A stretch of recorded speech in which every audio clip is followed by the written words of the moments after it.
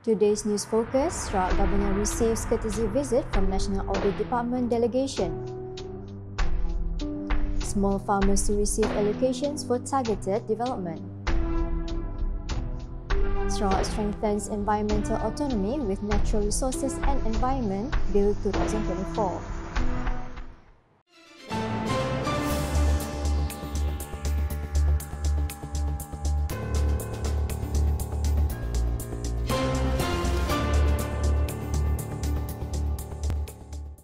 Good evening.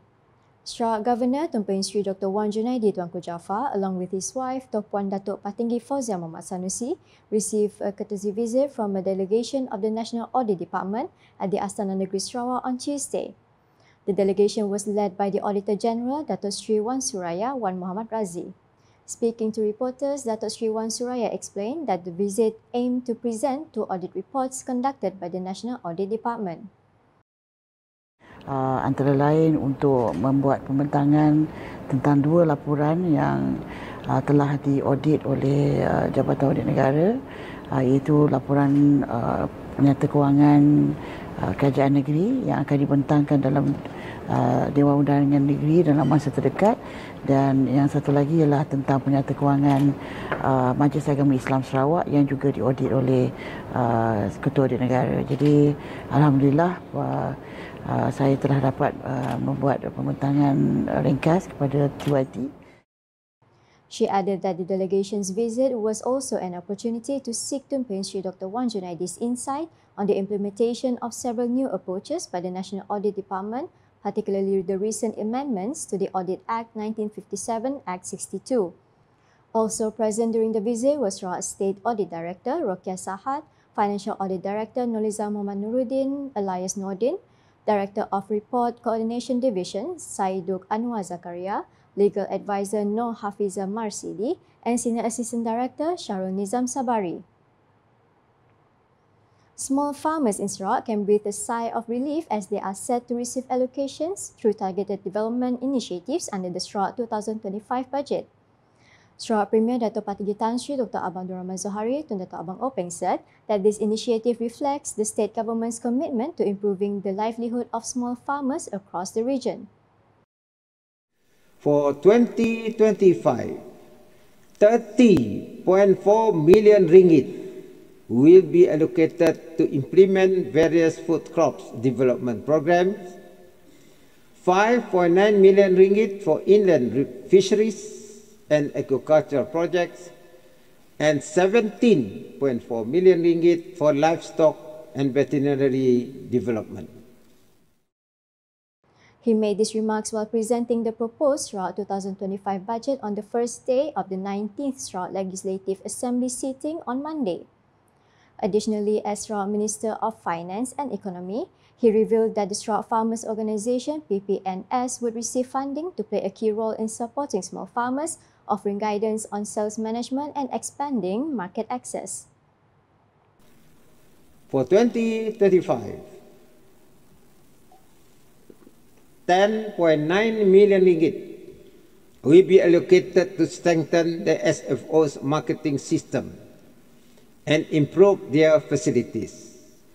Another sum of 4.6 million ringgit will be allocated to strengthen the function of the area farmers organisation. The Sarawak Premier also announced that 7.9 million ringgit will be allocated in 2025 to empower agripreneurs by providing them with skills training in agriculture, extension services and support for mechanization and automation. Sarawak has taken a significant step forward in strengthening its environmental management autonomy with the tabling of the Natural Resources and Environment Bill 2024. Sarawak Deputy Premier Dato' Ahmad Awang Tengah Ali Hassan stated that this bill will grant the state full control over natural resource conservation, environmental management and sustainable development. He emphasized that the new bill aims to replace the Natural Resources and Environment Ordinance Chapter 84, 1958 edition, which has undergone several amendments since 1949 to address the increasingly complex demands of resource and environmental management. These provisions are intended not only to safeguard Sarawak's natural asset, but also to promote responsible development in alignment with the global environmental standards. Hence, this new comprehensive law is timely to manage natural resources and environment, taking into consideration the latest developments on environments and emerging environmental concerns. Dato' Amawang Tengah, who is also the second Minister for Natural Resources and Urban Development, noted that with full control over the environment and resource management, Sarawak now has the opportunity to set its own environmental quality targets to protect its flora, fauna and human health. He added that the bill also empowers Sarawak to establish and enforce air, water and soil quality standards to ensure a healthier, cleaner and safer environment. With this bill, Sarawak will have the necessary regulatory power, leveraging on data, to mitigate environmental risks and to ensure environmental sustainability. For the information of this August House, there had been a series of engagement with the stakeholders from both the state and the federal agencies. Meanwhile, the Sarawak government has approved 31.8 billion ringgit in foreign direct investment (FDI) for high-tech industries focusing on the electrical and electronics, chemical and green metal sectors from 2019 to 2023. Sarawak Deputy Minister for International Trade, Industry and Investment (Mintred), Dato' Dr. Malcolm Musen Lamor, revealed that 10 investment projects have already been implemented during this period. Kerajaan Sarawak telah meluluskan Foreign Direct Investment (FDI) berjumlah RM31.8 bilion untuk industri berteknologi tinggi dalam elektrik dan elektronik, kimia dan logam hijau bagi tempoh tahun 2019 hingga 2023. Setakat ini, sebanyak 10 projek pelaburan tersebut telah dilaksanakan. Namun demikian, Kerajaan Sarawak turut akan bekerjasama dengan Kerajaan Persekutuan untuk membangunkan Sarawak sebagai hub aero angkasa dan semikonduktor. Dato' Dr. Malcolm responded to a question posed by Betting Maro Assemblyman Razaili Gapo on the second day of the 19th Sarawak Legislative Assembly sitting on Tuesday. In response to a supplementary question, he noted that projects amounting to 9.3 billion ringgit are currently being implemented in the high-tech industry. These involve 5 projects in the electrical and electronic sector, 3 in chemical and 2 in green metals. Bursa Carbon Exchange (BCX) by Bursa Malaysia is assisting Sarawak-based entities in monetizing carbon sequestration efforts, aligning with global emission reduction goals by facilitating the trade of carbon credits, including renewable energy certificates (REC). Sarawak Deputy Minister for Energy and Environmental Sustainability, Dato' Dr. Hazlan Abang Hipni, said BCX launched in December 2022 serves as the national voluntary carbon market platform to support Malaysia's transition to a low-carbon economy. The Malaysian Bursa Carbon Exchange, or BCX, launched in December 2022, is the country's voluntary carbon market platform to support its low-carbon economy transition. By facilitating the trade of carbon credits, including renewable energy certificates, or RECs, Bursa Carbon Exchange helps Sarawak-based entities to monetize carbon sequestration efforts and align with global emission reduction goals. Notable developments include the recent REC auction from Murum Hydropower and collaborations like the MOU with Sarawak Energy Berhad (SEB) at COP28. He said this while responding to a question from Tanjung Datu Assemblyman Azizul Anwar Adnan during the second day of the 19th Sarawak Legislative Assembly sitting on Tuesday.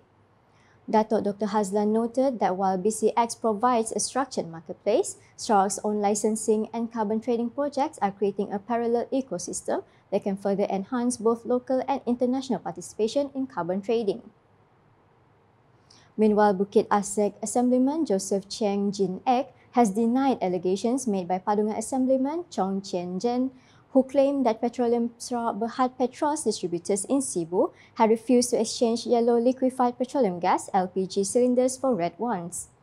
Speaking at a press conference at the Sarawak Dun Media Centre on Monday, Joseph Chiang presented documentation evidence showing that 472 customers in Sibu successfully exchanged their yellow LPG cylinders for red ones up to November 7, 2024. My Pusa Himat is still keep servicing to the people of Sibu, especially on changing the gas cylinder. Responding to questions about the cylinder exchange process, Joseph Cheng clarified that customers only need to inform PETROS distributors of their intention to swap their gas cylinders. And that's the English edition with me, Didi Nursyafiqah. More news can be found in our official portal, ukas.sarawak.gov.my, and social media platforms including Facebook and YouTube. Ending the UKAS Bulletin with the Premier's Vision Post-COVID-19 Development Strategy PCDS 2030. #Saluran Informasi Rakyat. Have a good night. Visi Premier 2030.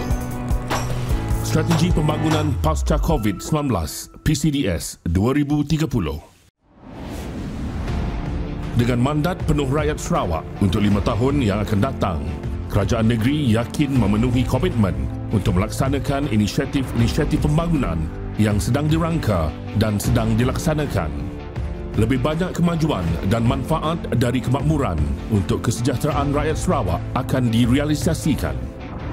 Kerajaan negeri akan sedaya upaya mencapai inisiatif-inisiatif pembangunan yang sedang dilaksanakan dan yang telah dirancang di bawah Strategi Pembangunan Pasca COVID-19 PCDS 2030 yang dilancarkan pada 22 Julai 2021. Menjelang 2030, Sarawak akan menjadi negeri maju yang dipacu data dan inovasi di mana semua rakyatnya menikmati kemakmuran ekonomi, keterangkuman sosial dan kelestarian alam sekitar. Untuk mencapai aspirasi ini, terdapat 7 teras strategik.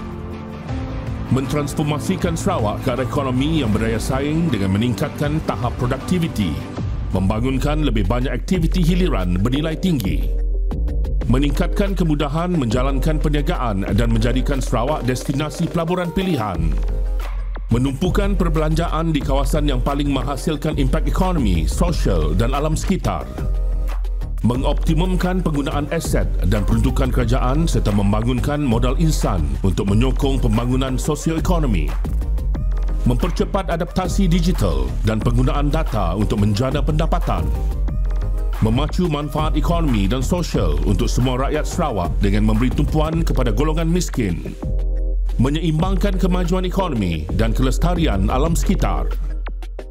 Pelan transformasi ini akan menggariskan 6 sektor utama sebagai pemacu pertumbuhan iaitu pembuatan, pertanian, pelancongan, perhutanan, pelombongan, perkhidmatan.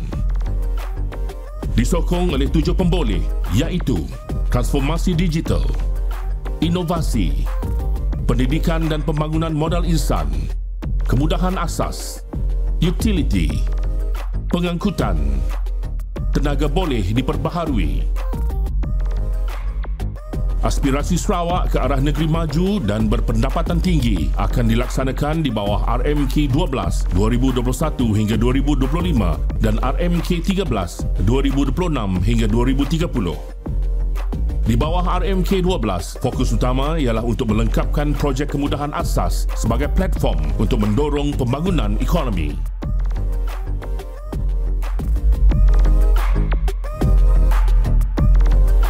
Visi Premier Sarawak Maju 2030.